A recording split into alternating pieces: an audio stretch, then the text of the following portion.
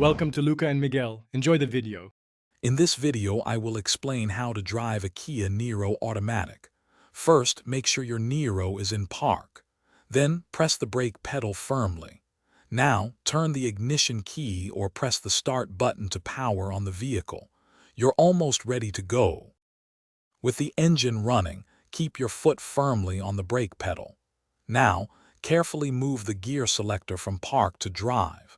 You'll see the gear indicator on your dashboard change to D.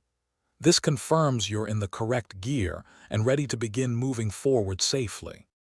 To start moving, gently release the brake pedal. The car will begin to creep forward. To increase your speed, press the accelerator pedal smoothly. When you need to slow down or stop, apply the brake pedal gradually and firmly until you reach your desired speed or come to a complete halt.